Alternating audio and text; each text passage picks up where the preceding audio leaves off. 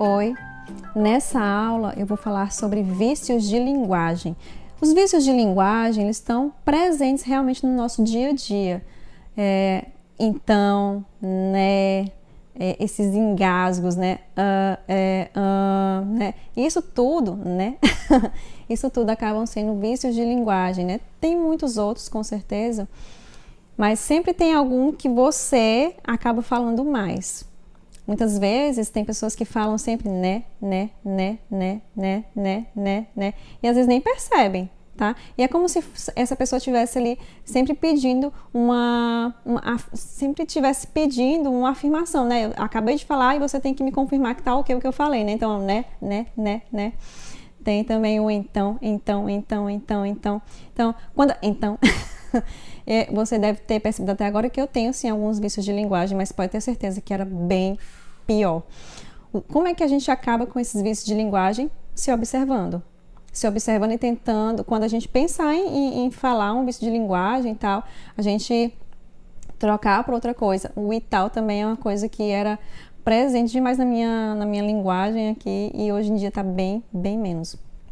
Mas a gente precisa realmente tentar aos poucos ir liquidando com esses vícios de linguagem, porque se a gente vai dar uma palestra, se a gente está dando uma aula, eles atrapalham sim, atrapalham um pouco a comunicação e fica cansativo, fica enjoativo quando você está sempre ali, né, e tal,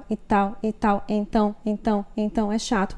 E esses vícios de linguagem, eles acabam vindo para as histórias, principalmente para as histórias que a gente vai adaptar, né, não tanto para as histórias de autor que a gente vai ler ali bonitinho, mas as histórias que a gente vai adaptar, geralmente a gente acaba ali carregando ela dos nossos vícios de linguagem, né? Um exemplo que eu dou é de quando começou a pandemia e a gente ficou de home office e eu trouxe muitos livros para casa para gravar histórias, tanto histórias lendo mesmo esses livros, quanto histórias que eu queria aprender para gravar esses vídeos, né?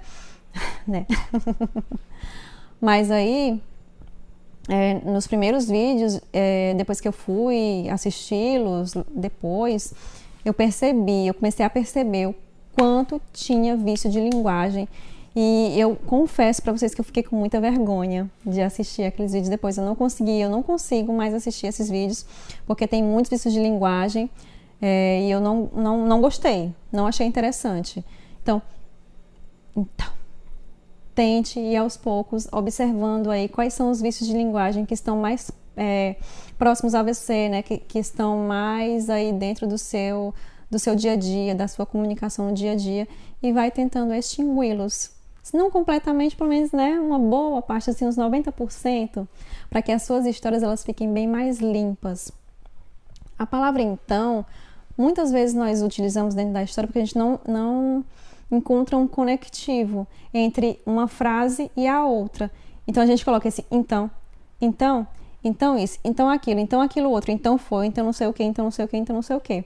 Nem sempre a história ela vai precisar desses conectivos entre uma frase e outra, e você pode trocar esse então por outras palavras, tá certo, pessoal?